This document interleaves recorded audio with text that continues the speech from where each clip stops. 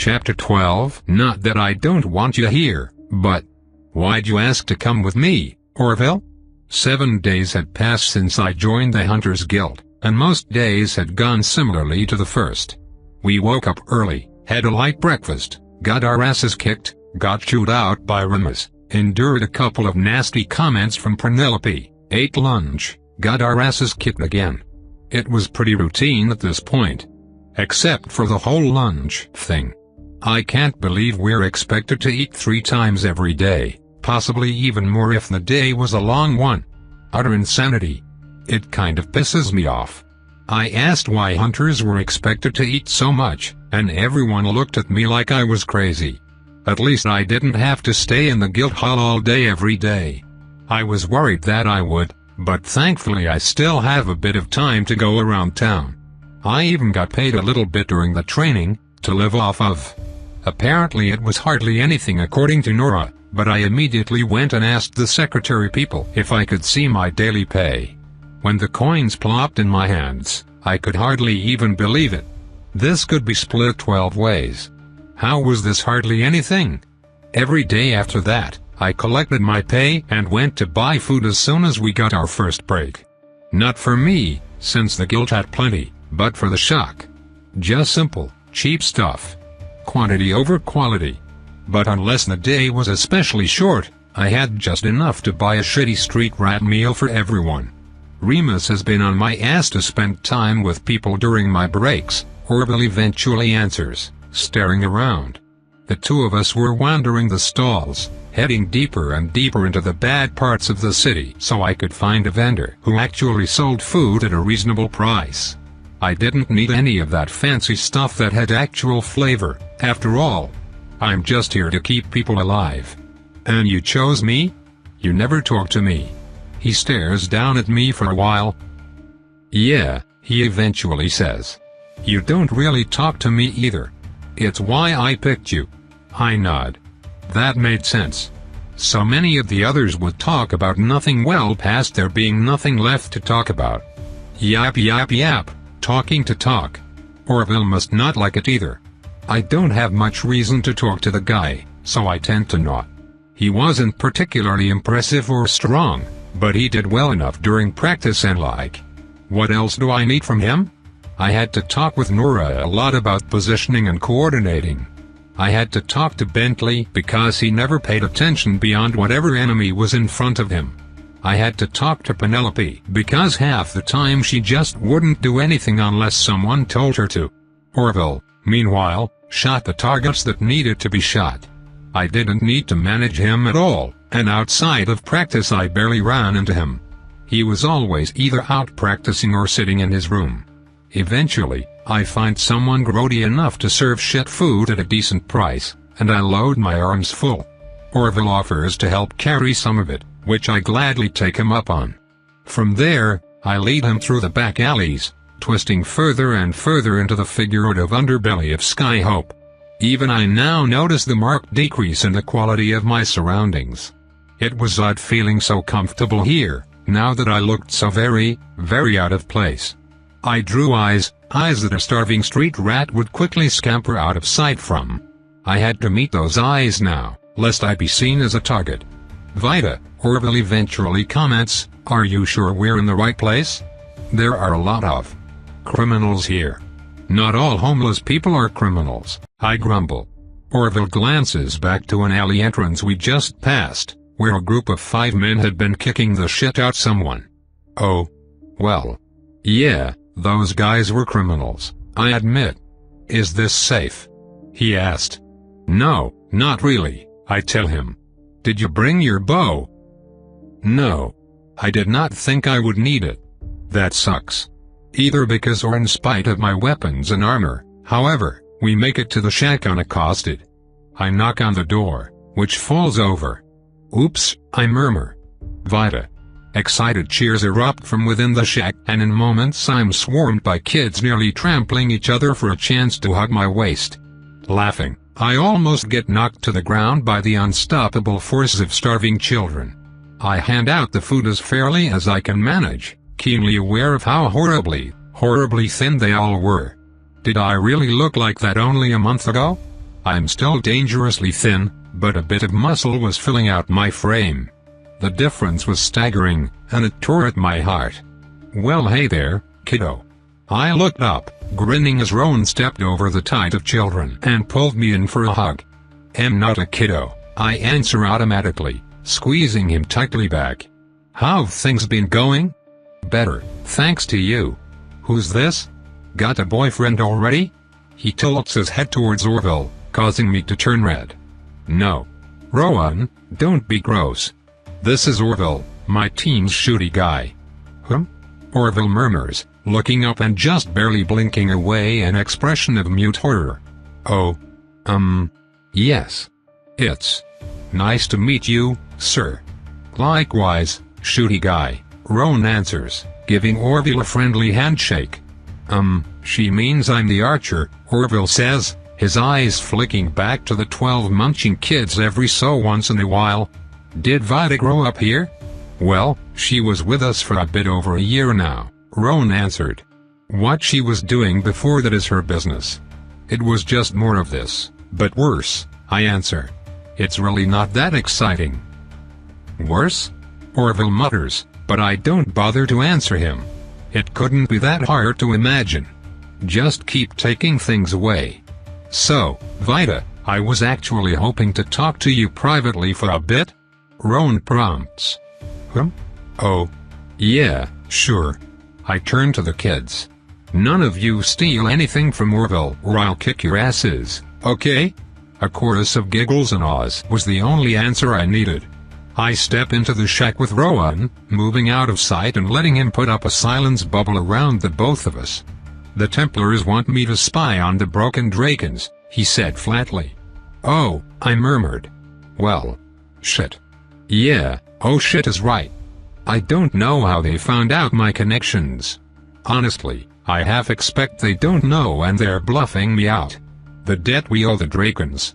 Well, it mostly exists because their boss wants Lynn and I to work for them on more dangerous jobs.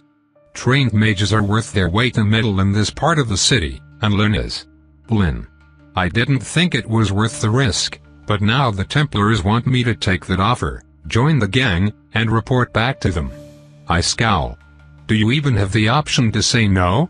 "I don't know," he answers. "Maybe. But they're Templars. They could make my life hell in all sorts of non-aggressive ways if they felt like it, and they probably will. The guy they keep sending is nice and all, but I'm not dumb enough to think he's actually making the decisions. It's mostly tempting because, well, they're offering a lot." I grab him and hug him again. "Whatever you decide, I'll help however I can. I think our first hunt is going to be in another week or two, but I'll be around until then." "Yeah," he says, patting my head absent-mindedly. "Thanks, Vida. I'm just really not sure what to do. It's so dangerous. But there's danger in denying the Templars as well. Is there anything working for the Templars will get us besides money? Because I can handle money." "There's not a lot," Rowan says, scowling. "The Templars probably could give all the kids a good life, but I'm not exactly very useful as a spy if I suddenly and suspiciously start getting support from a third party. The broken Drakens are the ones renting us this shack, so they're obviously going to notice if the kids move out. It's just... Who do we fear more?" I finish for him. "The Templars or the broken Drakens?" "Not quite," Rowan says. "I mean, the answer to that is the Templars. The Templars are far more dangerous. But their wrath if I scorn them is probably just going to be repeatedly inconveniencing me, not dragging me into an alley and beating me to death. So what's the issue? I don't like the Templars. I'm afraid of the Templars. But I hate the broken Drakens. I just want to fuck them over to say I did." I smile a little. "No risk, no reward, right? As long as you promise not to die." He laughs. "Yeah. Okay. I promise, Vida." I nod. There's only one more thing to say, really. "Where's Lynn? What does she think of this?" "Out on a job." She's hesitant, obviously, he answers. "Don't tell her I told you, but she fears the Drakens almost as much as I hate them. There are a lot of powerful people in their ranks, even by Lynn's standards. And of course, if they find out we're crossing them, the kids lose everything. Maybe everything. They call it a debt, but it's no secret that the real thing they're holding over us is the kids. Oh, I say. Yeah, Rowan answers. But, damn, Vita. You're growing so much. When we look at you, we can't help but want all the kids to have that kind of chance. You know? Yeah, I agree. The Hunters Guild is like a whole different world, really. Well, you'd better get back to your world, then. Rowan claps me on the arm and ends the silence bubble, the both of us exiting the shack together. The children were climbing all over Orville, asking all sorts of questions about the Hunters Guild. Okay, kiddos, I gotta go back, I say smugly, savoring my ability to use the word. Orville, check your pockets and let's go. I start the trudge back, making sure to keep my eyes and my soul sense as peeled as potatoes. The walk itself was good training. I had to do my best to note every detail of the street as I went. I couldn't miss anything. I had to think of the whole world like Rowan's Cup games. Every detail is essential, and yet also exists to distract me from every other essential detail in the process. We laughed, you know, Orville says. I almost got annoyed when Orville broke my concentration. But no, I had to be able to watch and talk anyway. This was better practice. Laughed? I asked. When Bentley told us how you took all that food and ran off. Even Penelope snorted a bit. We all thought it was so silly. Oh, I said. Yeah. Sorry, I guess. I didn't know. It's okay. The two of us were silent again for a while. I had to take a fairly roundabout route through the alleyways in order to avoid running into anyone else. It was annoyingly difficult, what with so many people going the same way we were. Are you really 16? Orville asks. Penelope insists you can't be. Penelope can go fuck herself, I respond automatically, more annoyed that she's still spreading the lie that I probably should be. As far as I know, yes. I am. He nods. Okay. Sorry I doubted you. Seeing that makes things make a lot more sense, I guess. I nod back, focusing on the alleyways again. Something was bothering me. The last few odd turns we made were matched by another group of two. No sense being stupid enough to assume a coincidence. I think we are being followed, I warn. Orville raises an eyebrow. Followed? By who? I don't know. Two people. One of the souls was a velvety texture, soft and inviting. Yet awful to feel at, since it tasted like oil. The other was just grease. A translucent tan that felt slippery yet likely to stick to everything. Well, I don't have my bow, but I can still cast. What do you want to do, Vita? We should probably try to shake them off. I don't like how they taste. Orville gives me a concerned look. What? I mean, to my power, I murmur. One guy's oily and the other guy's greasy. And not like cooked meat. It's gross. This way. I dip down an alleyway. No amount of random turns would shake them off of us. They're a couple turns behind and following anyway. The pair is tracking us somehow, maybe with a power like mine. The alleyways are mostly devoid of people, and while we might be able to reach a crowded street before they catch us, this was still the bad part of town. It would be a while. Still, I have an idea that might get them off our butts. Boost me over this wall, I order, heading into an alley just barely short enough to scale. How come you don't boost me over? Orville grumbles.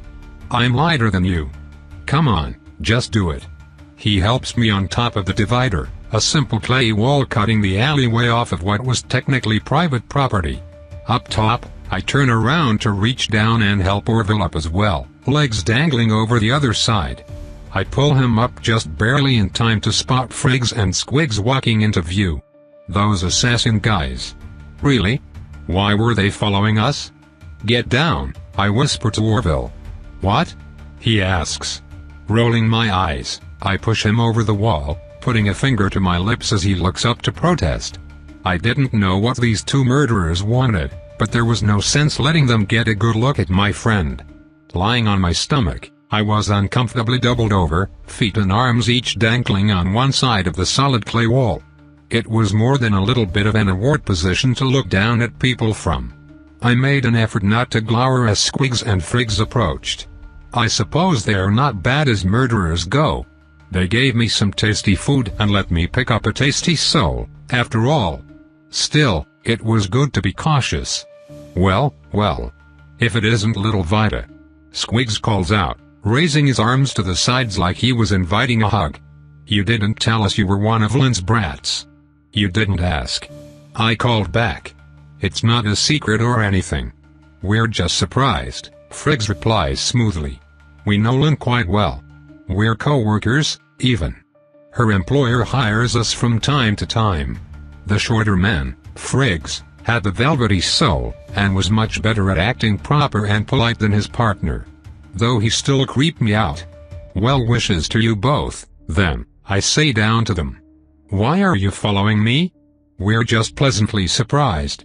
Squigs says, grinning. You're looking so much better than the last time we saw you, it's like you're not even the same person. Doing well for yourself, aren't you, Vida? Quite well indeed, Friggs agrees. One can't help but wonder if it's related to why Rowan's behind on payments. I shrug, an awkward and slightly painful gesture while doubled over a wall. Sorry pals, I used all my money on food. Are you just here to be all threatening, or is there something you want? Squigs scowls at me, but Friggs busts into boisterous laughter. Squigs, I'm telling you. I like this girl. We should have brought her with us. What we want is to make sure that you're the investment your daddy says you are, rather than some arrogant kid who's just going to piss all her money away. Got it, I say. Consider it noted. I'll save some cash for your boss. It's just not going to be a lot until I start killing monsters.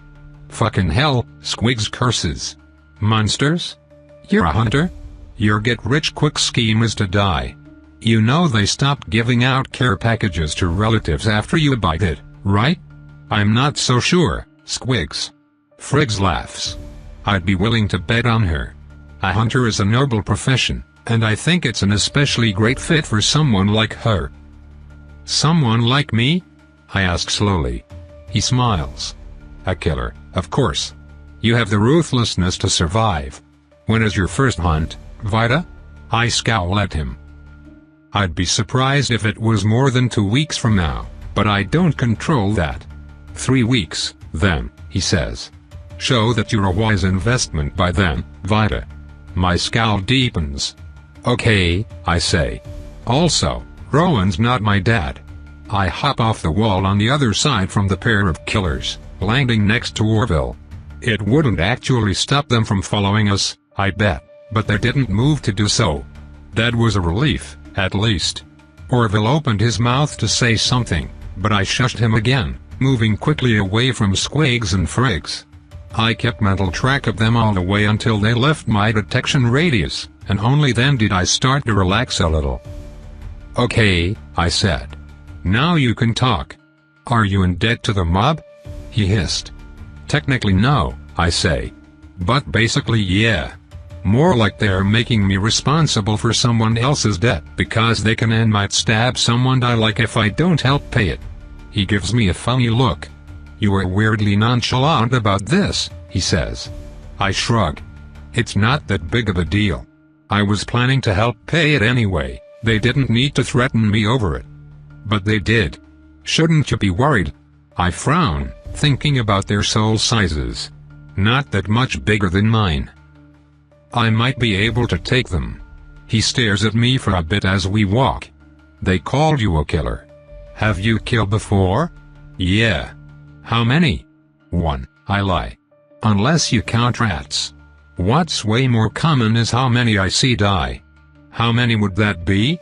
I think about that for a while as the path finally breaks out into busy streets, the city rapidly becoming more inviting as we leave my part of town. Dunno. Hundreds, I admit. Sometimes you just hunker down somewhere for the night and the people next to you never wake up. Sometimes people get sick and take everyone they know with them when they go. Sometimes you're just walking down the street and a man stabs another down the alleyway. It happens all the time, really. Orville nods slowly. Do you want to talk about it? He asks. I shrug. I do want to talk about it, actually, but I probably shouldn't. Greg was a secret I'd probably have to take to my grave. Shit's rough where I grew up, I say instead. I mean, I wasn't joking when I asked you guys why hunters ate so much. I didn't know most people ate 3 times a day. I trail off, not sure how to continue. It's honestly a little scary to think that your place is in the same city as all the stuff I'm used to, Orville says quietly. No one should have to live like that. Well, feel free to give my family as much money and food as you want, I grumble. Just not too much food. I've seen people die from getting a sudden windfall and not knowing when to stop eating. Do you mind if I join you tomorrow as well? He asks. I stare at him for a while, watching him fidget. Just remember to bring your bow next time. Chapter 13. The moment came sooner than we all thought it would. Only a week later, after Remus left us all panting and bruised on the courtyard ground yet again, he barked out a question. Okay then. Do you rats think you're finally ready for a real hunt? I got up off my back, still panting. Everything ached, but I wouldn't give this less than my full attention. Yes, sir. Bentley barked back. We're ready, sir. Wrong, you blithering idiot. Remus barked back. None of you have a single fucking idea what you're doing. Yet nonetheless. We've got an urgent hunting request that's perfect for your team's skills. You'll all be going out tomorrow. Whoops and cheers erupt from our more boisterous members, which is to say Nora and Bentley. They high-fived each other as Orville nodded seriously. Even Penelope had a small smile. What's the job? I ask. Burrow hounds, Remus answered. They are mostly a vermin-class monster, but they can still cause serious damage to forests and structures. They have the potential to grow big as well, though if you're lucky we won't meet one of those on our expedition. We're not lucky, I say flatly. Remus actually smiles. Correct. So you'd best prepare your asses to get stomped on. I'll be coming with you, but don't expect me to do shit. I'm your judge, not your lifeline. I sigh. Despite his words, he'll probably step in if someone's about to die, but even that guarantees nothing. Sudden, instant death happened outside the walls. It's why the scout was the first line of defense. So, what are burrow hounds? Nora asks. They are small dogs that come up just above your ankle, Remus says, or about to bite his knee. Hey. The thing that makes them a problem is that they breed like crazy, burrow like nobody's business, and are very territorial. The colony we found is about 2 days from the city, but that's too damn close. If they get into the walls they could endanger hundreds of thousands of lives. We don't want any of them anywhere near here. Your team is going to find them and exterminate every last one. Penelope's smile widens. Which is what you need me for, she deduces. I can use my power outside the walls, right? Remus nods. Exactly so, Penelope. You and Orville are going to be essential for wiping out the colony. Vita will find it and be the one making sure we got them all. Bentley and Nora will ensure your weak asses actually make it that far without dying. I might take offense if Nora wasn't basically invulnerable. I do not at all mind my spot in the formation being right behind her. It was pretty much the safest place to be. I wouldn't normally send a team as green as you after burrow hounds, Remus continued. They are weak individually, but they coordinate well and ambush in packs from underground. I've seen plenty of people die on jobs just like this. But the lot of you have the kind of skills needed to succeed. Vita, make sure you watch out for a movement underground. They are fast in those burrows. If Vita shouts at someone to move, I don't care if the rest of you are halfway up a tree or in the middle of taking a shit, you move. There were nods all around from the team, which flared a bit of pride up my chest. Penelope was still testy on a good day and outright aggressive on a bad one, but she didn't argue at practice. Neither of us liked the other, but there was a begrudging respect. I'm the eyes in the back of her head, she was the lifeline that could turn me into an actual combat threat. The rest of my team was downright friendly, though I'm not at all confident that meant they'd keep secrets from me. Nora, at the very least, went to church every so once in a while. I couldn't help but be a little cautious of her after learning that. What else are we likely to encounter outside the walls, sir? Orville asks. Everything, Remus answers bluntly. Ecosystems can be created and destroyed overnight if a powerful monster roams through. Expect nothing, be prepared for anything. As for what I expect to find, thankfully not a lot. The area is stable for now, at least so far as we know. Probably a lot of insects, carnivorous plants, solitary predators, and mid-size herbivores. Stuff you can handle, unless you try to handle it all at once. The area in particular that we'll be heading to is jungle-like, so count on poor visibility and needing to cut our path forward. No problem there, sir. Bentley says, saluting happily. I believe Bentley on that, we would probably be fine. Bentley's a great fighter, but rather than being particularly strong or fast tough, the thing I can't help but notice about him is that he never gets tired. He's not left a panting mess after training, he doesn't slow down as a fight drags on. He just keeps going. I suspect the whole team was happy to leave him the task of cutting through the underbrush. The spell Penelope calls hypermetabolize was basically perfect for him. It pushes his body to its limit and beyond, but burns energy reserves like crazy. Bentley barely seems to notice. Penelope once commented she'd try keeping it active on him all day if it wasn't literally illegal. Sometimes I wondered which one of us Rowan would find creepier. I hoped it was her. I'm not trying to be so weird. Anyway, you're dismissed, Remus says. We leave tomorrow morning, and each of you may never come back. Get whatever you need to get ready before you go. I did some quick mental math. Sir? The colony is 2 days from the walls, so it's a 4-day round trip at least. I've not been taught to keep watch in my sleep.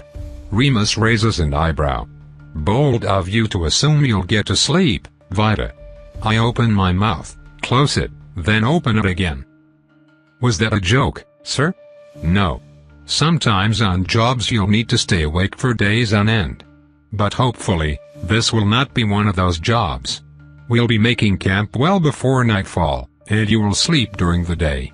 If you're able, it would be best if you hold the entire night shift. The difference between your senses and your teams will be even more staggering in the dark. But if you can't stay awake all night, be sure to get someone to take your place, understand? Know your limits.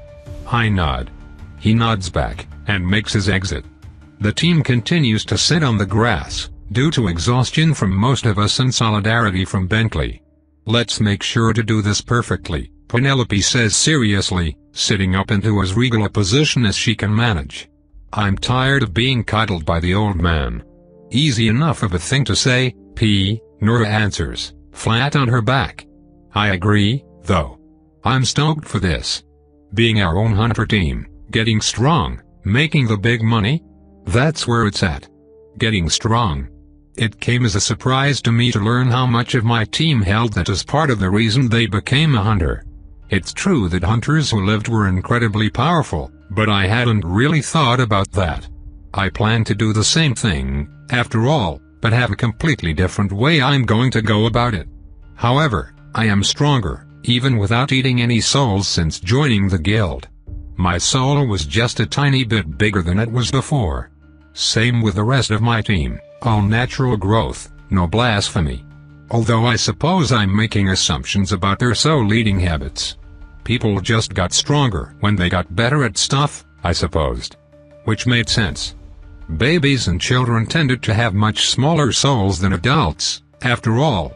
I'm surprised Remus heard us talking earlier about dispersal, Penelope, Orville comments. Yes. I also assumed that was what he meant when he said you and I would kill the hounds. It is true that aromancy would be ideal for pushing a biological agent down through a series of tunnels. Perhaps that is why our team was recommended so soon. Not to mention our omniscient little Vita. Nora says, cackling. Quit calling me little. I protest. I'm sorry, Vita, but you're like the smallest fucking thing, and it's adorable, Nora says, starting to get up. Like, All y'all are small compared to me, but Vita is just tiny. I'm growing. Probably. Speaking of, Penelope Butzing, I should give everyone a checkup. If you're less than your best, it will reflect on me. And we can't have that, Orville mutters. I laughed, enjoying the banter. It continued for a while, but eventually people started to break off. Bentley ran home to talk to his family, Nora went to get some food, and the rest went back to their rooms. I trudge up to my room after Penelope. I'd eat in a bit, but if she's giving checkups I want to talk to her while it was just the two of us. I've been stewing over a few things I want to say to her, but I'm just not sure how. Once inside, however, Penelope surprises me by being the first one to speak. Vita. Perfect. Come here, I'll need to check you out the longest. Okay? I approach and stand next to her, wondering what this was about. Do you have a general practitioner, Vita? She asks, turning her chair around to face me. A what? Do you see a biomancer or a mundane doctor on the regular? She clarifies impatiently. No. I've talked to a biomancer other than you. Once. Ever. Penelope takes an annoyed breath. Okay. Have you spoken with your mother recently? No, I'm still an orphan. Why are you asking me this stuff? Because you're going to start menstruating soon and I am daring to hope that I won't have to be the one to teach you about how to handle it. No such luck, I suppose. Take your armor off and lie down on your bed. Let's get this checkup over with. I don't really have a way to respond to that, so I just do as instructed. Stripping down to my undershirt I lie down, letting Penelope poke and prod at me. It's silent and awkward, so I let a little bit of what I were planning to say slip out. I, really am kind of interested, you know. She murmurs. In your research, I mean. How has that been going? I'm sorry I don't know much about it. I never knew about that kind of stuff before. That doesn't mean I'm not interested, You're just ignorant, she finishes, her hand slowly passing over my leg as she pushes magic into scan.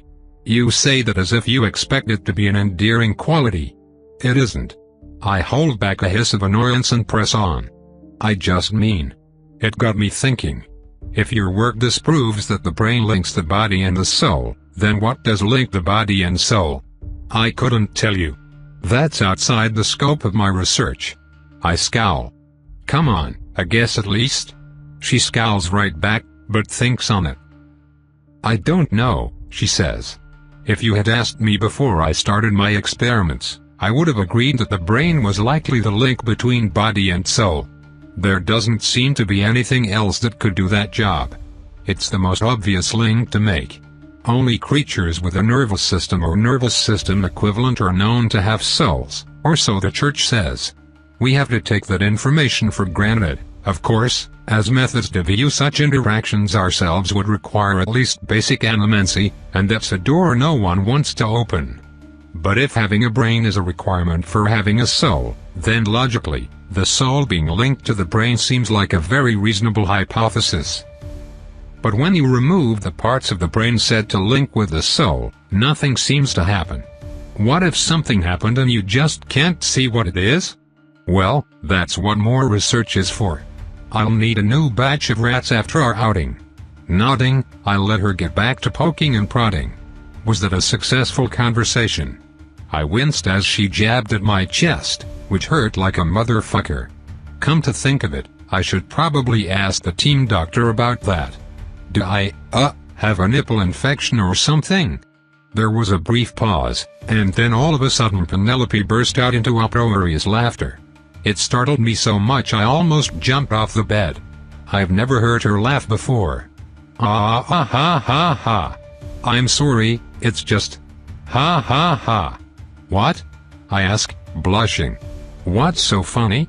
It takes her another 10 seconds to calm down, though she eventually answers me. No, Vita, you do not have an infection. It's just puberty. But it hurts.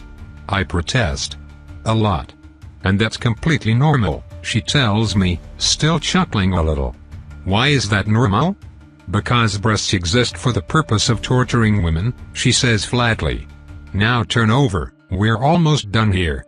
This is taking way longer than the first time you scanned me, I complain, though I do as she says. Yes, well, I'm not putting a few bruises back together this time. I'm looking for chronic problems, of which you have many. What? How many are we talking here? Orville mentioned you were raised malnourished, Penelope comments. And the deeper I look, the more issues I find. I should have been treating you nightly as of weeks ago, but I suppose we'll have to start when we get back. I blink. Wait, really? Nightly biomancy treatment? This isn't gonna be mega expensive, is it?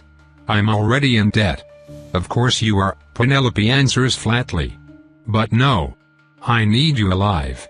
You're harder to replace than meatheads like Bentley. Oh. You like me? I coo. Not particularly. I simply didn't realize you were really as poor off as you are. I failed my duty as the team's biomancer, and that rankles a bit. So I'd appreciate you not telling anyone about my lapse. I can do that, sure. I promise. That's a cheap price to pay for daily biomancy. She nods. Well, that's all I can do for now. Go find Nora and send her up next, would you? Okay, I agree, getting up to put all my armor back on. Oh, one more thing. She rummages through her cabinet for a short while, then tosses a few soft rags at me. About 9 days from now, start putting those in your underwear. Why would I? I start to ask, but she just gives me this look and I shut up. Do you need me to explain it, or can you ask someone else? I can ask someone else, I murmur. Then leave. I quickly head downstairs to tell Nora it's her turn, trying not to blush too hard. Nora is just finishing up her meal when I head down to see her, shoving the rags into a pocket. Hey, Nora. I call out, waving. Penelope wants to do a checkup on you. Ooh, that sounds not fun. She answered, taking a sip from a mug. You survive it? It wasn't that bad, I answer. A little awkward, but not bad. I think I might be getting through to her. Oh yeah. Well, I hope somebody does. She and Orville should fuck, they both need to lighten up. I scratch my head. Not what I was expecting to hear, but okay. Would that really help? Eh? She says, taking another swig with one hand and twisting the other in a so-so gesture. 70-30 on chilling them both out versus making them both even more fucking competitive. Orville has this thing about seeing everyone as an obstacle to overcome, and P is high on that list. Dude has a complex about natural casters, I tell you. Meanwhile, P is starved for attention pretty much constantly, so she can feed off of his constant need to measure dicks with her without worrying about actually losing to him. I blink. That was a lot. Are you saying Penelope is a dick? Well, she's a biomancer, so maybe. But no, I don't think so. It's a figure of speech, Vita. To measure dicks means to hold a contest for no reason other than pride. Oh, okay, I say, making a note to remember that. I head over to grab some food, quickly piling my plate high before returning. So, how do you know all that stuff, Nora? I just watch people, the huge woman answers, shrugging. Humans are interesting. We're all crazy complicated, but everyone still has the same set of levers, you know? If you pay attention to someone's habits, you can figure out where they fall. I frown, nodding. So, what's up with Bentley? Salt of the earth, Nora says simply. I don't know why the heck that dude's a hunter, but I bet you it's something dumb like I really like fighting but don't want to hurt anyone. I laugh a little as she imitates Bentley's cheerful candor. Seriously though, she continues, he's a good guy, but something's missing in there. I think his kindness comes from believing that everyone is like him. He's gonna get real hurt someday when that bubble pops, but I guess with a personality like his he'll have plenty of people to help him get over it. She shrugs. And me? I ask, a little hesitant. She glances me over, taking the time to figure out how much to say. You give me whiplash, Vita. Most of the time you're an adorable little baby kitten who looks terrified of the whole world and also herself. Looking so damn scared makes me wanna take an arrow for you, you know? It's precious. At least until something actually scary comes along, and then all of a sudden you're in the fucking zone. Completely on top of it. It's surreal. I frown, munching away on some bread soup thing. It was so tasty. My whole life is pretty much just a huge string of things that are probably going to get me killed, I eventually answer. Of course I'm afraid. If I was the type of person who hesitated just because something dangerous happened, I'd be dead. Well, first of all Vita, that sucks and it's no way to look at life. I'm your shield now, yeah. You can let me take some of that burden. I'm tough. She flexes, making me chuckle. Second of all, she continues. It's not just your competence, it's your attitude. I don't even know how to describe it. Disdain, I think? The look you get on your face when Remus starts kicking the ever-loving shit out of you. I dunno, Vita. What kind of person looks at the boot coming to knock her teeth out like it's a worm to grind into stone? It's pretty fucking spooky. You're a spooky girl. Oh, I murmur, shrinking down a little. Sorry. Nori laughs, getting up and gathering her things. She walks over and jostles my shoulder a little. Hey, you may be a spooky girl, but you're our spooky girl. I'm glad you're on the team, Vita, and don't think otherwise. See you around. I'm gonna head up before Penelope decides to give me a rash. Hey, wait. I protest. What about you? What's your analysis? Nora flashes a lopsided grin. Me? I'm just a small-town gal with nothing to lose. She exits the mess hall, heading upstairs. Thinking quietly, I lap up the last of the stew in my bowl and head the opposite way. It was time to go home. Chapter 14. It was a surreal feeling to be walking home to say goodbye. I had to tell the family I'd be gone. Hopefully the kids hadn't gotten too reliant on me bringing food every day. The difference between home and the guild always startled me. It was like stepping into a whole different world, and now that I was part of the new one, I could never truly return. Some other urchin tried to steal my money pouch on the way. How often had I been the opposite end of that very interaction? I ran him down easily, my weakness of the past dropping further and further away. I felt like I'd betrayed something when I had to kick him to the floor to get my stuff back. It was easy, even with my hands full of food. I didn't kick that hard, so hopefully he wouldn't even bruise. Hopefully. I give him a small bread roll when he hands me my money back, telling him to eat it slowly. I needed that cash for my family, but, well, I wouldn't just become another Greg. I arrive home shortly afterwards, settling into routine. The usual tackles and hugs from the kids, followed by the usual distribution of food, and then finally the markedly unusual disappointment that Orville hadn't joined me. He did most days, but I didn't want to bother him right before the team's first hunt. When the kids all had food in their hands, Lynn emerged from the shack as well, her usual goofy grin replaced with a smile of pure pride. She walked over and hugged me tightly, letting the embrace linger. Vita, she murmured.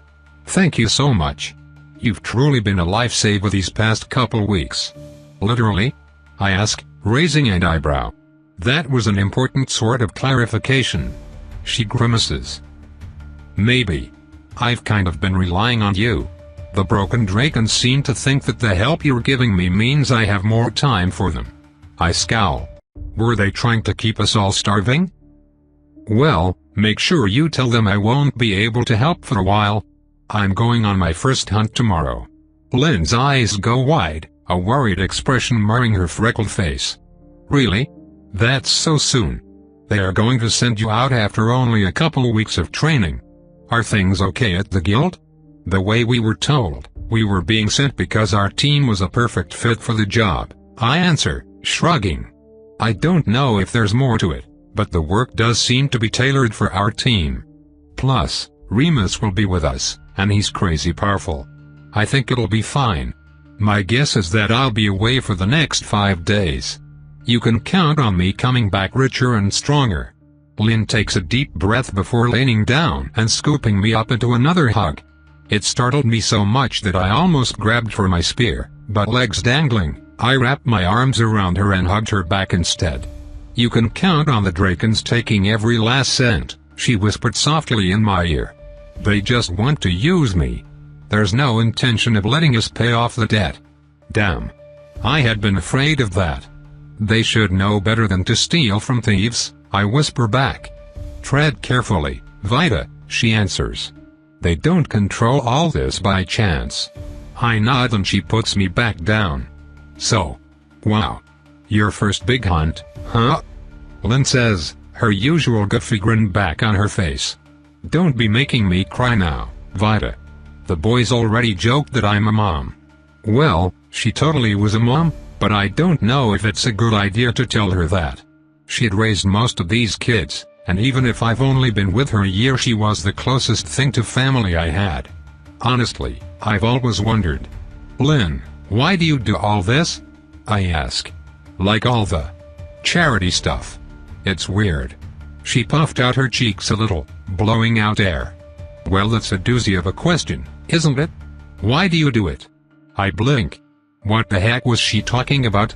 "I owe you," I promised. "Nah," she said, waving dismissively. "You don't owe me shit, Vita. That's what charity means. I'll damn well take the help, but if you never wanted to come back here, I wouldn't be surprised or disappointed. Nothing is actually stopping you from keeping it all, you know. So why do you do it?" Why was she pointing this out? Was this some kind of test? "I'm not really asking about me," I protest. "Your answer is part of my answer," she responds smugly. "Come on, humor me, kiddo." "I'm not a kiddo," I grumble, thinking. Lynn is the whole reason I'm doing any of this. She's the whole reason I'm even alive. It seems like such a stupid question, but it's still so hard to answer. "I just don't think I could live with myself if I screwed you over," I eventually say. "That's kind of the heart of it." "Yeah," Lynn answers, nodding. "We have to live with ourselves, or we die. Physically or otherwise. I'm a thief, kid. I don't know if I could not be a thief. There's nothing better than that rush of outmaneuvering everyone and running off into the night. But way back when I started to think, am I a bad person for feeling that way? I'm a criminal, for sure. I make my living by screwing other people over. That eats at me. So I start to steal from those who I think deserve it. Assholes, hoarders, the kind of folk that keep the little people down. But it still eats at me. I'm still just some bitch that steals to steal. So one day I get the bright idea to give it all away." She indicates me, the shack, the kids themselves, who are each paying rapt attention to the story. Lynn doesn't talk about her past. None of us do. And hey, now I'm providing for starving orphan kids. Now I feel good. I'm all cool and superior to everyone I steal from. That's what you all are, my little excuses. She shrugs. I frown. "But you care about us, right?" "More than anything in the world," she answers seriously. "I would do anything for you Albers.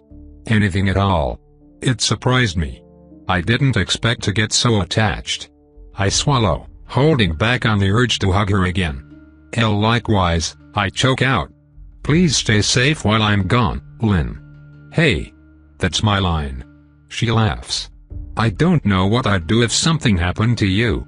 Well, I know exactly what I'm going to do if something happened to her. I really, really hope it doesn't come to that. Lynn's smile drops a little. "Hey. No need to make that kind of face, Vita. I'll be just fine. You focus on yourself, okay? I'll give Rowan your love. I don't think he'll be back before you go." "Oh, that sucked." "Oh well, I'd hug him when I get back." "Thanks, Lynn. For everything. I just wanna say." I trail off, the words catching in my throat. How could I express this to her? We know that we're not just excuses, Lynn. You're a good person. Maybe I'm not like the right person to judge that. But you're the best person I know, Lynn. Please don't forget that. A look of surprise stole her smile for a moment before it returned twofold. "Oh, Vita. Come here, you." She grabbed me again, lifting me up and giving me a massive squeeze. "You're the best kid a girl could ever ask for." Still with the kid stuff? Alright, that's it. If she was gonna keep on that, I have to fight back. "Well, you're the best mom a girl could ask for." "Ack," she yelped. "See, come on, Vita. Aren't I more like an older sister?" "Nope," I say firmly. "Mom. You're mom now." She drops me, clutching her heart dramatically. Oh, such betrayal from one of my own. It wounds me. It wounds me deep. "Hey mom, since you're my mom and all," I start, watching with amusement as she pretends to have a spasm. "Our team's biomancer told me to ask you something." "What's menstruation?" She pauses, raising an eyebrow. Then she grins. Oh no, she was going to counter my counter. "Really? I figured you've been taking care of it all this time." "Why no, since you're not a kid and all." "Lynn," I warn. Okay, she says, laughing. Then she slaps herself on the groin. "It's when blood comes out of your woo-woo." I blink. "Are you messing with me?" I ask. She frowns, deflating a little. "Huh? You're serious?" Well, no. Not messing. Come on downstairs, I'll show you some stuff, I guess. Is yours really just starting? I head down with her, where she proceeds to explain to me the horror that is female puberty. It's full of a concerning amount of mites and mabes, but I soak up the information as well as I can. It makes my head spin a little. All women really go through this? How had I not known? It's a good thing I asked her, else I would have freaked the fuck out when it started happening. Eventually, the explanation was over and the two of us moved on to other topics, but there was a lot to think about there. Ugh. Maybe I could get out of it if I turned myself into a revenant or something. Oh, I meant to mention earlier. Squigs and Frigs came after me last week and basically told me to pay them money later. Yeah, I heard, Lynn answered, scowling. I almost gutted the both of them when they told me about it. Be careful with them, Vita. You're lucky the fat one likes you. They don't really seem that strong, I comment. They're not the strongest, she hedges. Get them in a fair fight and you might survive it. The issue is that if they actually want to come after you, you won't see them coming. But if you just off them preemptively, you're gonna have the whole guild on your ass. I'll keep that in mind, I say. It's kind of weird having someone as happy and upbeat as you give me murder advice, though. Yeah, well, it's kind of weird that someone as tiny and cute as you calls my warning of caution murder advice. Are you sure you've been doing okay? I have food now, I answer simply. There's more to life than food, Vita. Tell that to the starving. I stand up, stretching. It would be dark soon. Lynn walks over and gives me another hug, taking that as the goodbye it was. I happily return the embrace, squeezing her as tightly as I can. Good luck out there, she says. I'll be worrying about you the whole time you're gone, so be sure to come back here as soon as you can, okay? Okay, I promise. I head back up the ladder, say goodbye to the kids, and return to the guild house just before dark. Nora is already snoring when I arrive in the room, Penelope burning the midnight oil to concentrate on her rats. I'm sure whatever she's doing takes intense concentration and skill, but to me it just looks like she's holding a rodent and having a staring contest with it. It takes quite a bit of effort to suppress my urge to laugh at that, but I succeed. With both my teammates occupied, I suppose I should try to get some rest before the big day. Undressing and plopping onto bed, I cuddle up with Roscoe and follow Nora to dreamland. Chapter 15. Wake the fuck up. Remus roars, pounding on the door. We're heading out in 10. Get your crap together and meet in the yard. Nora, Penelope and I are all startled straight out of our beds, rushing into action. My heart beats fast from the anticipation as much as the rude wake-up call. I was going to be gone for days in the wilderness. This is my last chance to make sure I have everything packed. I give Roscoe a huge squeeze but carefully, fearfully, regretfully put him back in bed. His safety was paramount. For the first time, he cannot join me where I will go. Tomorrow will be the first day I sleep without him in over a year. Yet I had work to do, so I couldn't linger long. I get dressed and get my spear, my armor, my supplies, making sure they're all in place. I pack in a utility knife, double-checking that it's secure. I pack extra clothes and a blanket. Useful essentials that don't weigh too much. I have to be swift and vigilant. Running downstairs, I chomp down as much food as I deem wise and meet up with the team.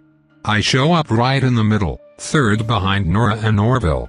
To my surprise, Bentley is actually slower than Penelope, and the team briefly ribs him about it before Remus snaps at us to follow. It's hard to believe this is happening so fast. Everything in my life has been happening fast, all of a sudden. I guess that's just how it goes. The jog to the edge of the city was pretty uneventful, as most people were still getting out of bed. I've never been this close to the walls without being in a sewage zone, so I had a chance to appreciate them for what was basically the first time. The structures that surrounded and protected Skyhope were absolutely massive, extending far beyond the tallest buildings. My team made it to the gate in short order, the guards there saluting at Remus as he went by. At first, the outside view wasn't too impressive. Just the rock of the crater wall, which everyone had to trudge up before anything else. At the top, though, no matter where I went in the city, it was impossible to see past the stone protections. The world outside them was always derided as harsh and cruel, unfit for human life. A place only for desperate travelers, madmen, and yes, hunters. Now, for the first time in my entire life, I finally saw beyond.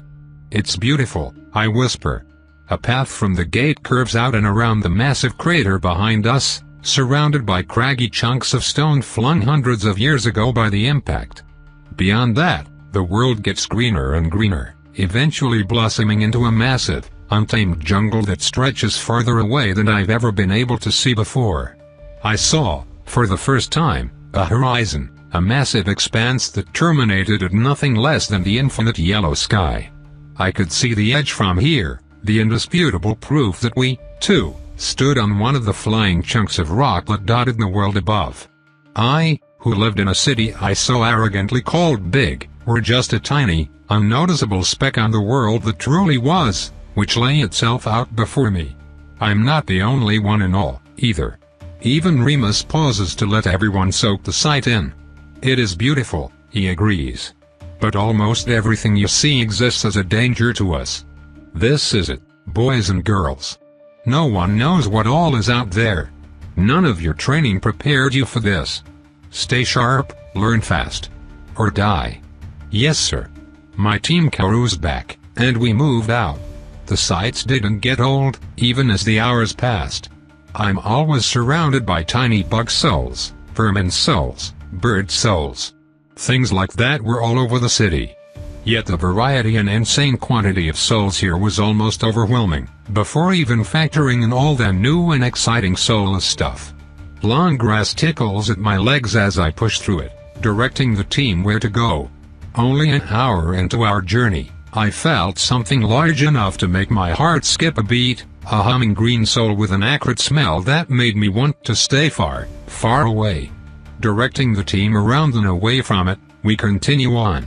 Yet the further we got from the city, the more such dangerous souls tickled my mind. By the time we got to the jungle, they were everywhere. All sorts of kinds. Eventually, I have no choice but to push my team somewhere dangerous on purpose. There simply wasn't anywhere else to go. I don't think we can avoid running into something that feels scary at this point, I tell everyone about 5 hours into the trip. If we want to make any more progress, we're gonna have to fight something. What kind of something are we talking about?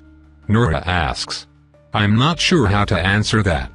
I've been mostly keeping mum on how people feel to my soul sense, not wanting to inadvertently give out hints that it's animancy-based. The two safest paths I can suss out go right next to a pack of just under a dozen smallish, pulsing red souls, or get dangerously close to a single sweet-tasting sharp soul that's much, much larger. I have absolutely no idea which would be safer, or what any of them even are before I get near them. I take a deep breath. They are my team. I need their advice on what to do. Besides, it wasn't a huge jump from what they knew I was capable of. Well, the two safest paths I can feel go by a big guy who feels sharp and a bunch of little dudes that feel pulsy, I say. Pulsy? Orville asks. Yeah, you know, like. They pulse. But maybe not literally? My power is not an exact science. We go for the little ones, obviously, Penelope says. Get me a vantage point and we won't even have to fight them. I look between the rest of the team, who all nod. Remus doesn't react at all. He's probably trying to stay impartial. Yeah, that sounds ideal, Nora agrees. You're not going to run out of juice for the big job, are you? Please, Penelope answers, rolling her eyes. I have this and then some. I must admit, I look forward to showing you what I can actually do. Okay, well. We're going to go that way, then, I answer, pointing. A tense 20 minutes later and I halt the team again, carefully climbing up a tree to see if I can spot whatever was setting my senses off. Sure enough, in a clearing ahead, these incredibly bloated pig-like creatures waddle around on four stubby legs.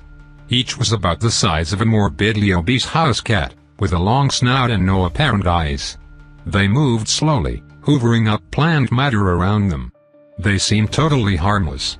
If not for how odd their souls felt, I wouldn't assume they were threatening at all. We're not going to take chances this early, though. From my branch I hold a hand down and Nora passes Penelope up to me. Penelope nods when I point out the weird little fat things, holding out a hand in their direction.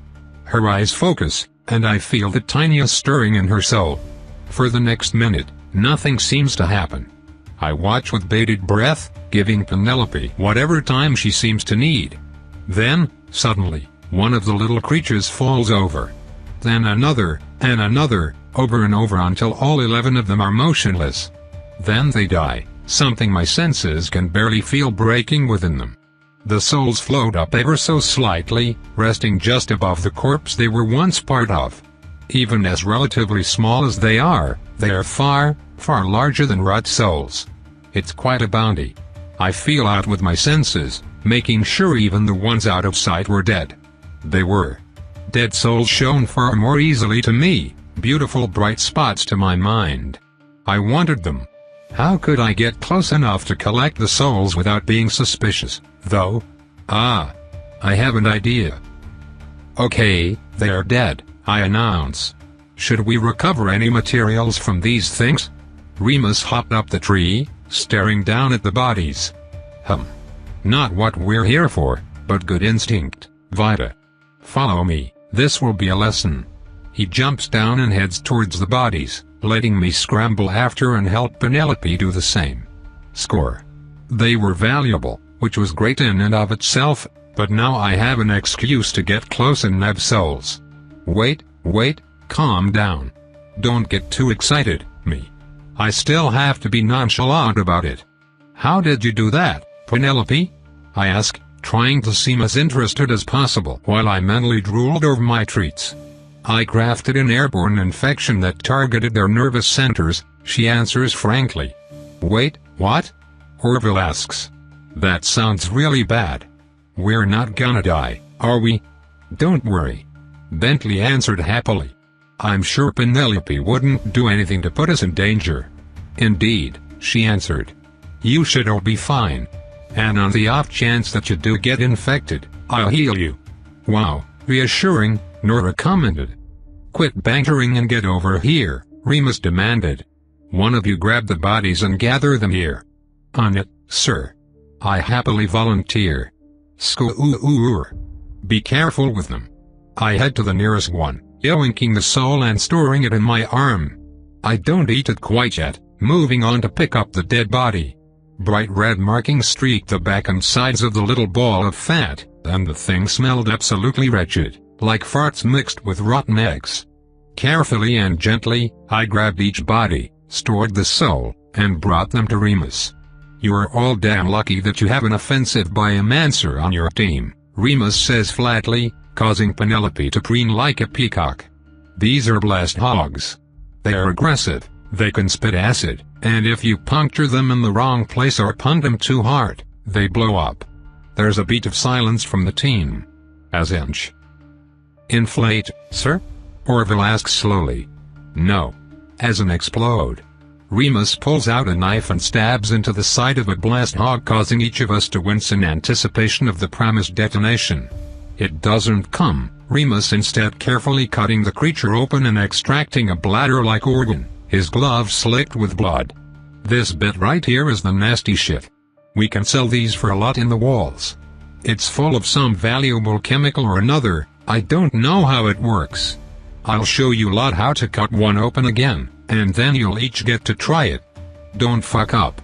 I then spent a harrowing half an hour carefully carving up a corpse that could and would kill me if I made the wrong mistake. The team collected the bomb bladders and promptly set out. Not bad, Remus said to everyone. You should be able to collect materials much faster than this, but at least you're all still alive. Thank you for the lesson, sir, I say honestly. 11 souls. Each one nearly as large as a human child's. Would these bladders be useful as a weapon in an emergency, or are they better to just sell? They are better to sell, he answered simply. If you've got a strong arm you might be able to throw them at something hard enough to burst, but a skilled craftsman can make you much more reliable bombs from the stuff inside one of these. How much does a bomb cost? I ask. How much are these worth? I almost trip when he gives me the number. That's enough to feed the kids for a week. I let Remus hold them all, not wanting to accidentally set the volatile wads of cash off in a fight. The rest of the day goes similarly. Engagements with the wildlife happen on our terms, and when they happen it usually involves Penelope slaughtering them before they even understand they're in danger. The girl is genuinely terrifying, always getting this satisfied look on her face after she kills hordes of little monsters. I can't help but wonder if I look like that, sometimes. More importantly, I've managed to gather quite a few more souls, disguising my avarice for blasphemous power as mere avarice for cold, hard cash. Remus seems pleased with my entrepreneurial spirit, and is more than happy to teach my team how to collect the most valuable parts of whatever we come across and kill. I don't grab every dead soul, however. I don't want to look suspicious, and sometimes Remus declares a given animal as worthless. It's so tempting to go after them, as delicious and bright as they feel to me. Yet passing some up at least gives me some important information. If I leave a soul alone for too long, it starts to sink. Or perhaps, I suspect, it is grabbed by something I cannot sense, pulled down through the island to whatever lies below. I shudder, willing myself to not relive the memory of that incomprehensible being's touch. We should make camp soon, Nora announces. Giant's thumb is going to pass over in a couple hours, and Vita needs to rest for the night shift. I nod in agreement. Thank goodness. What I and likely everyone else will never admit is that we're all completely exhausted. Simply moving forward in the dense jungle is slow, stressful, and difficult. I'm sore all over, and I'm even more mentally exhausted than I am physically. The rest of the team never gets to feel all the horrifying crap I'm constantly leading them away from. Camp doesn't take long to set up, at least, and I'm firmly commanded to sleep as soon as I get a basic setup for doing so. Even though it's still light out, I have absolutely no trouble passing out at the earliest opportunity, even lacking Roscoe's comforting presence. It feels like I just fell over when Bentley shakes me back awake. I try to open my eyes a few times before realizing it's just really damn dark outside. No city lights, I suppose. Just a huge chunk of rock blotting out the sky overhead. Already? I murmur. Sorry, Vita. Bentley murmurs back. I can't see a thing. Everyone else is asleep. I nod, stretching as quietly as I can and pulling myself out from under my blanket. A crazy amount of souls were nearby, but thankfully not many of them were moving around. It was bedtime for everything, I suppose. Well, except for me. I feel outward with my senses. Souls are largely static things, not prone to changing much in response to their body's current condition. Yet some tiny part of them is affected, and I've been trying for a while to refine my soul sense to detect that part. It's going slower than I would like, but consciousness was a relatively easy thing to detect, at least by those standards. This was important, because I wanted to make absolutely certain that Remus was asleep before I eat any of the souls I've hidden inside my body. I focused for a long time. As best I can tell, the old man is indeed passed out. Finally. I've been looking forward to eating these things all day. I pull one out and slide it down my throat, feeling it unravel and add itself to my power. Fuck, that felt good. Already, a little bit of exhaustion from the long day and my far too brief sleep fades away. I wish I could devour my whole stock. I have nearly 24 souls left. Monster hunting is amazing. But one thought stays my appetite: if Lynn can feel me get stronger, surely Remus can too. If something strong suddenly appears beside him, wouldn't Remus wake up? If he finds out it's me, wouldn't he question it? So I limit myself, for now. I'm just guessing, but better to be overcautious than overconfident. If things get bad, I can devour my spare souls in a pinch. It doesn't seem like whatever pulls them down below the island is interested in taking them out of my body. Which I am certainly thankful for. A bit stronger, a bit more awake, I keep watch throughout the night, dropping another sinful snack down my throat when I get close to nodding off. About 6¼ hours later, light from above peeks past Giant's thumb and daytime rapidly returns. I've only chomped on 4 of the blessed pig souls, but I'm still feeling pretty fresh after the all-nighter. I'm starting to close the power gap between myself and my allies, or widening it, in Orville's case. It feels good, I feel lighter. I make sure to pay careful attention to Remus as he gets up, but if he notices anything off about me it doesn't show. I'm excited, but I try not to forget Roan's warning that skill is more important than raw power. But maybe with enough raw power. Everything good overnight, Vita? Nora asks. Didn't get too bored. I'm surprised you never tagged out. No, didn't get bored, I answer. Plenty to think about. She chuckles. Alright, well, we got it from here if you want to rest a bit. I shake my head, standing up.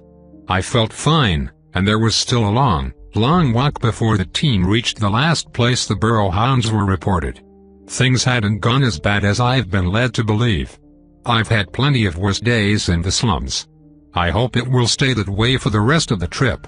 Somehow, of course, I knew it wouldn't. Chapter 16. It's not working, Penelope whispered to me. What's not working? I answer quietly back. My magic, obviously, she hissed. They're fighting off the disease faster than I can add it to their system. I could try to brute force an organ failure, but from this distance.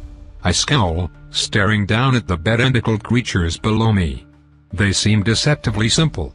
Too short of a dozen tendrils, each about 2 to 3 feet long, radiate out of a small, spherical core about the size of 2 fists. The creatures hang around in a pack of 16, rotating slowly as they glide smoothly along the ground, picking up bugs with their steps and shoving them into a small mouth in the core. They were fascinating, almost entrancing creatures to watch in their simplicity and efficiency. They were kind of cute. I've never seen anything quite like them before. Unfortunately, my soul sense indicated that they were all dangerous, and Remus insisted that all creatures outside the walls should be assumed hostile. My team's strategy of guiding Penelope to a vantage point and letting her concoct a lethal disease for anything that stood in our way had finally hit a roadblock, but it was a roadblock at something I really didn't want to fight. The second day of our journey had been full of these kinds of hard situations, and people were starting to feel the pressure. It would also be likely to tire you out, and we've been relying on you for the whole journey, I murmur. We might need to kill them the old-fashioned way, or take another route. I'm not any more likely to be of help if we run into those massive creatures you warned us about, Penelope answers back. Total body mass is a significant factor in what I can and cannot efficiently kill with an infection. These things are just oddly resistant. I scowled deeper, not sure what to do. The creatures had twisting souls that undulated and snapped at rapid speeds. I'm guessing they'll be fast, mobile, and intelligent enemies. Against 16 of them, I'm afraid it won't be a fight the team can win. Was any other way forward better? Searching my senses and memory, I'm not sure there was anything. Navigating a safe path through the forest was like navigating a clean path through the sewers. It's not about if we smell bad, it's just what we end up stinking like the most. The big problem is that the large-souled creatures seem to have territories. If we started to move too close, sometimes even if I'm barely sensing them at the edge of my range, they would start moving towards us. The whole forest was terrifyingly aggressive. Traveling had been a product of poking at the edges of those territories to determine where the hell they were, then trial and erroring a path between them before any of the big guns actually reached us. I have absolutely no idea how a team would survive without someone whose senses were at least as good as mine. We've already had too many close calls. We'd have to go through one of those territories if we wanted to avoid these tentacle things. Remus called them little disciples. We'd probably take them easily if he stepped in, but then we would fail the test. Kind of defeats the point. I tilt my head towards the rest of the team, and Penelope nods. The two of us head down to meet up with them. Nora raises a questioning eyebrow and gives a thumbs up, as if to ask, are we good? I shake my head, giving a thumbs down. Disease resistant, I report quietly. The team swears. I have an idea that's either clever or moronic. Remus, how viable would it be to try and lure two groups of monsters together and let them fight it out? I ask. The old man takes no time to consider it. Not viable. At all. The thing about a strategy like that is that it might work, and if it does? Great. But it won't work every time, and when it doesn't work you now have twice as many angry monsters on your ass.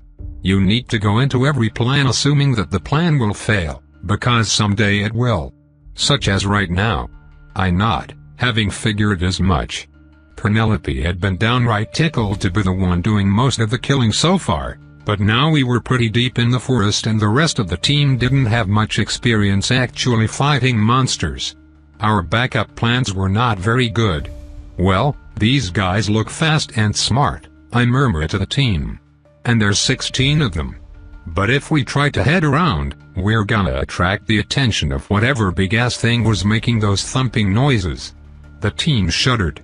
We're stuck between 16 rocks and a hard place that was probably spiky, and shot acid. I vote we get the little guys, Orville says eventually. We at least have the element of surprise and we know what we're up against. Taking the gamble against some huge thing Vita sensed that we know nothing about is a bad play. There's way too many for me to block, though, Nora rumbles from within her armor. They are gonna get past. Orville nods. I say Penelope stays back with me, up high on the vantage point. She buffs me up as much as she can, I fill them with arrows while you three protect the tree. Can you make those shots? They move super weird and their actual bodies are only about this big. I put my hands together to show him. He frowns, but nods. With Penelope studying my aim? Probably.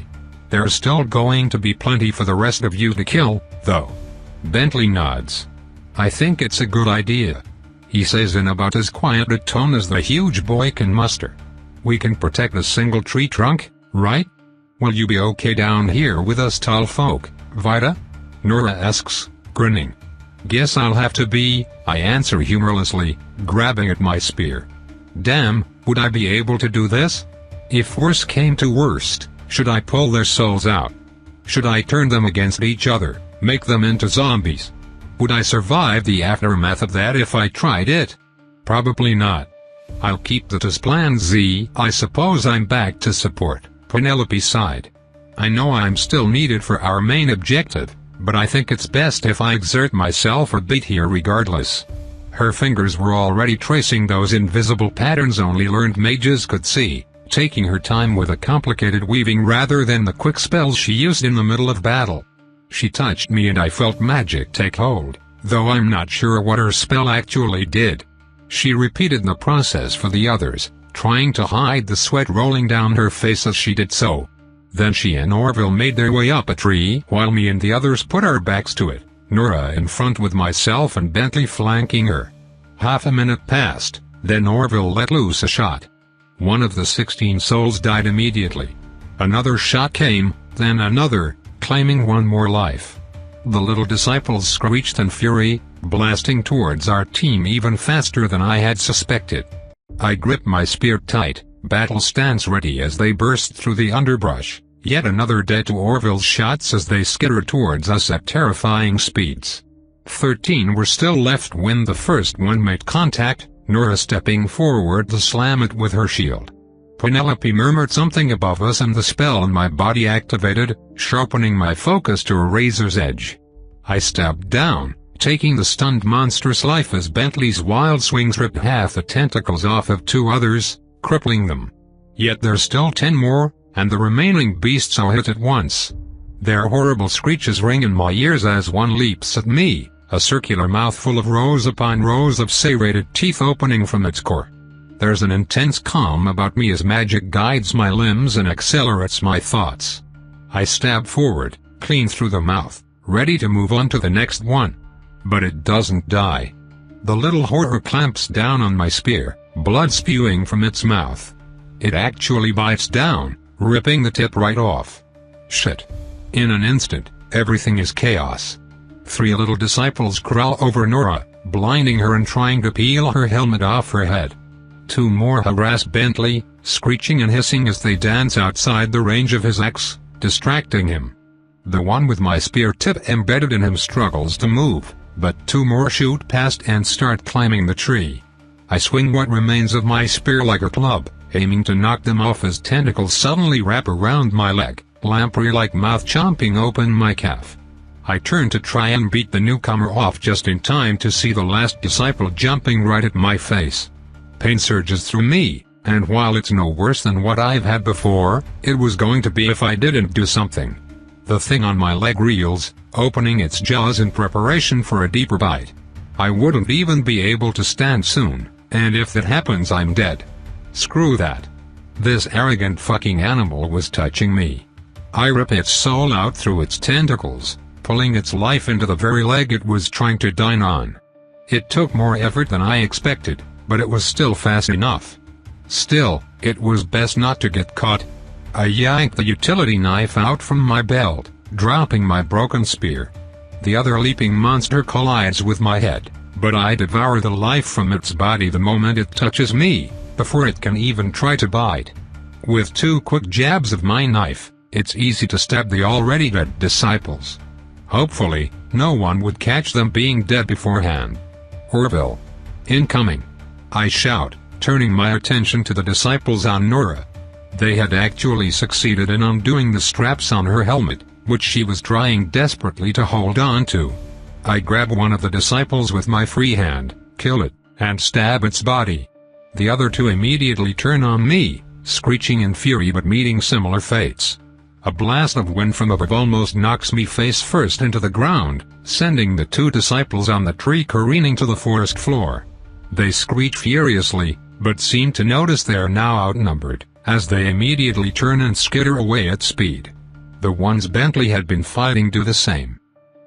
Damn, everything was so much easier with necromancy. 5 pretty decent souls, just like that. My bleeding leg finally gives out as I feel the living disciples flee as far away as they can. Ugh, they got me right on the inside of the knee. Whoa. That's a lot of blood. Hold her still. Penelope snaps, climbing down the tree and rapidly casting something. She drops next to me as Nora grabs my torso. Penelope runs her fingers across the back of my leg, her eyes going wide as her fingers return slick with blood. Shit, she swears. Anticoagulant. Nora, pressure here. I need to. I tuned out after that, as the energy from Penelope's prior spell quickly dissipated and left me suddenly feeling very, very lightheaded. Things happen in a bit of a blur after that, and the next thing I know Penelope was slapping my cheek lightly and trying to get me to eat something. I didn't understand. No one ever gave me food except Lynn. Was Lynn here? No, that wasn't Lynn. Where was that beautiful soul that glows like the sky? Well, No way I'm going to turn down a free meal. I happily munch a little, drinking the proffered water afterwards. What was I doing, again? I must drift off to sleep after a while, because the next thing I know I'm lying on the ground, wrapped in a blanket. I sit up slowly, looking and feeling around as the memories of the fight play through my head. My team was here, all awake and standing guard. They all seemed fine. I must have been the only one to get hurt. Go figure. Judging by the islands overhead, a few hours had passed. Oh hey, we're alive, I announce. That's good. Immediately, Bentley rushes over and grabs me from behind, picking me up into a huge hug. I squawk in surprise and Penelope screeches at him to put me down, but the dude is so busy crying joyfully into the back of my gambeson that he doesn't listen. Vita. Oh geez, Vita. We were so worried. I am fine. Bentley, I'm okay, put me down. You're going to attract monsters or something. Vita, stop kicking. Penelope snaps. I haven't fully treated your wound yet. Vita, Penelope said you were poisoned and you weren't saying anything and I was so worried and that went on for a while. Eventually, the pandemonium from my awakening dies down and I got a recap of what happened. The little bastards were poisonous, and I, shamefully, was the only one that ended up getting bitten. Just as I thought. Hey, don't look so down, Vita. Nora said, slapping me painfully on the back. You saved my ass. You killed 6 of them and I couldn't even get one. For real, Orville agreed. You're even better with a knife than you're a spear. I'm really not, I protest immediately. Penelope's focus spell was doing all the work. And I still almost died. I glance over at Remus, who's giving me this look. Shit, what did he know? Did he see me? Shut up and keep eating, Penelope orders, pulling me from my fears. Food could always do that. There was some necrotic muscle damage, and I need you to have enough food in your body to put it all back together. Be careful next time. Sorry. I will, I say, gratefully collecting myself another sandwich. It's no good for morale if the team mascot stays injured, after all. I glance at Remus, who actually smirks a little at my callback joke. Huh? Well, maybe he won't murder me for blasphemy, then. Cheeky brat, he comments. You can't be that injured if you're well enough to say stupid shit. The rest of the team seems confused by the comment, except for Nora who puts me in a light headlock and laughs. Team mascot. Holy shit. I guess you're tiny enough for the job.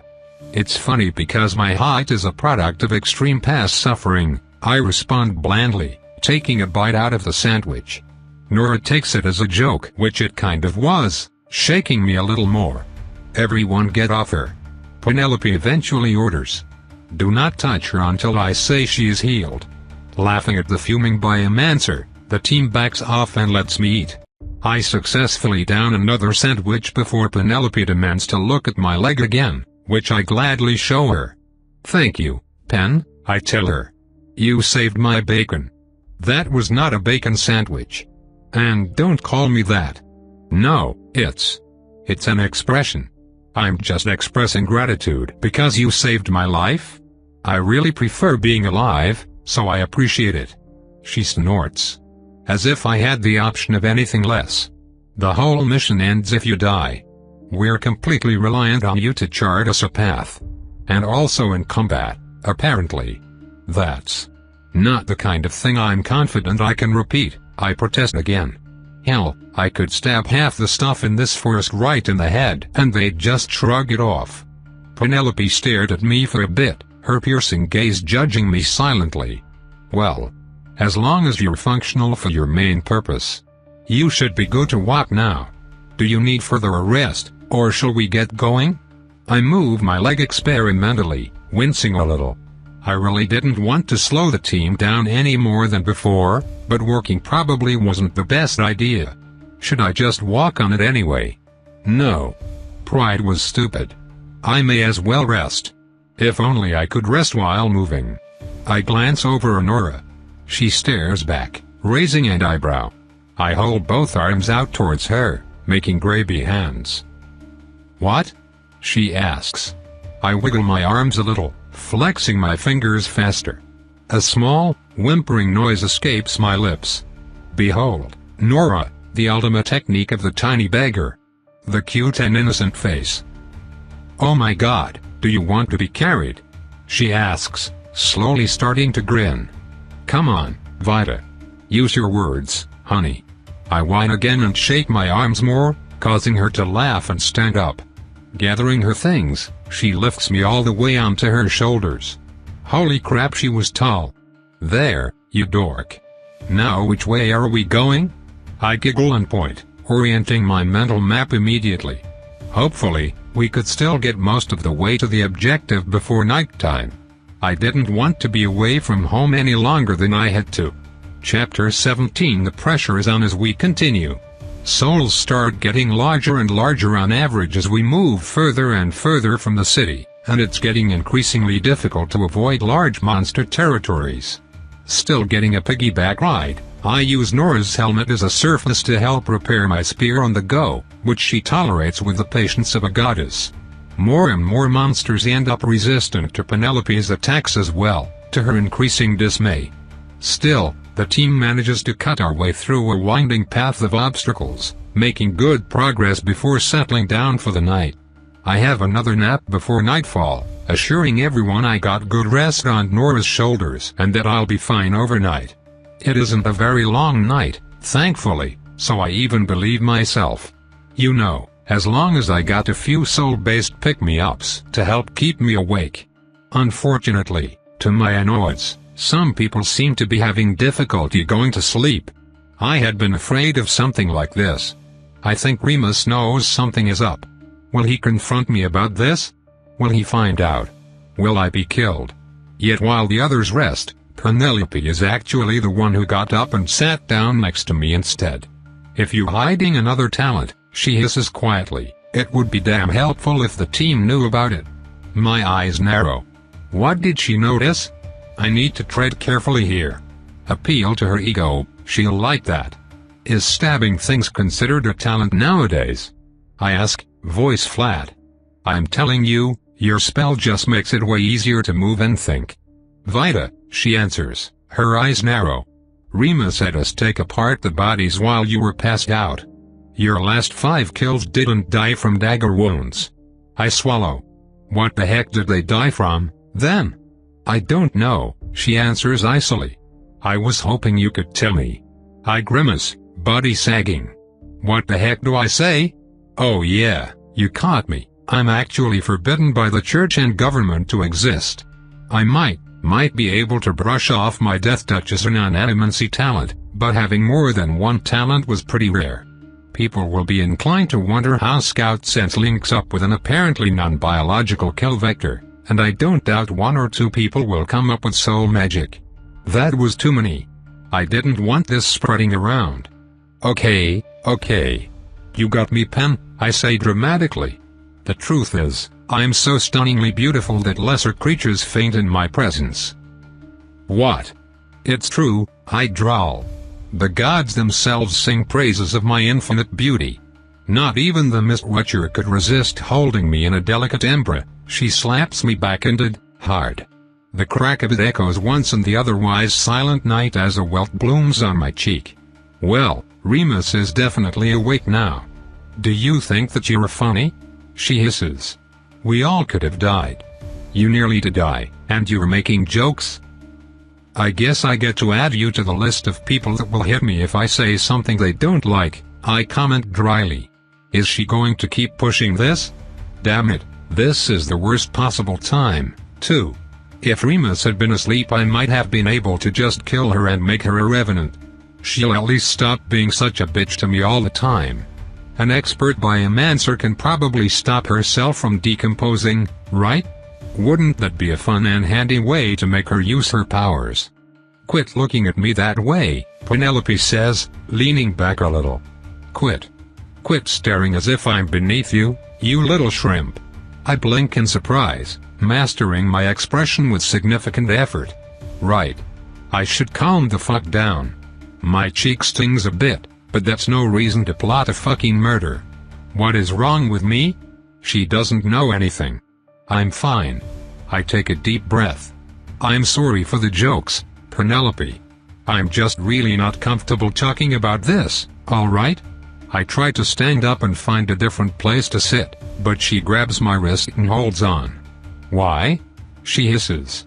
I glower down at her. Why what? Why did you come out of nowhere, accuse me of something crazy and hit me in the face? I don't know, Penelope. Now leave me alone. The others are trying to sleep. Her expression is furious, but she does let go and head back to her sleeping bag. Damn it. Damn it. I had just started getting along with her a little. Stupid fucking necromancy. It's not like I want to keep it a secret. I just don't want to die. Furious with myself, with Penelope, and with the entire damn world, I settle in for a long, long night. Remus doesn't even go back to sleep, so I can't pull out a soul to munch on. Worse, an hour after Penelope passes out again, he gets up and sits down next to me. He doesn't say anything, though. He just looks up and watches the island above. I'm not in the mood for company right now, though. My thoughts race. Why is he here? Why is he being silent? Is this an intimidation tactic? If it is, it's damn well working. What are you doing here? I ask, giving into the silence first. He glances at me. In my experience, he says, most people come to the Hunter's Guild to escape something. I frown back. The heck? Yeah, well, that makes sense to me. I probably wouldn't be here if starving to death wasn't my alternative, I tell him. He smiles knowingly. Though what he knew, or what he thought he knew, I had no idea. I'm not so sure you wouldn't be, he said simply. Most people come to the Hunter's Guild to escape, but some come to seek adventure, glory, passion, death. For themselves or others. They are the ones that truly excel in this business. Penelope is like that. You are too. I scowl. Well, thanks for the vote of confidence, I guess. He turns his attention back to the sky. I once knew a man whose talent was to make living things explode. What? I ask, blinking with surprise. Yes, he said, nodding. They sent him to a research lab and reverse engineered it. It's an illegal spell now. Something about gas production. Apparently the learned mages couldn't get it past even the weakest magic resistances, but he could just do it. To anyone, whenever he wanted. His gaze returns to me, eyes gleaming. His parents were carpenters, I think. He had been trained at the craft from a young age, and he was good at it. So of course, everyone told him just don't blow anything up and become a carpenter. But he ignored them all and joined the Hunter's Guild instead. I scowl. What happened to him? I ask. Remus shakes his head. He served us wonderfully for 10 years, then one day his team went out and didn't come back. So it goes. But my point is, why? He wasn't forced by a life of hunger and cruelty. Penelope certainly wasn't. So why would they join us? Because this was the only place they could use their talents, I answer. It's part of who I am, Lynn had said. Remus nods. In his heart, and in his soul, in the very core of his being. That man was a killer, because he was born with a talent that killed. Talents want to be used. People want to grow. That is just part of what a human is. People like him, people like us.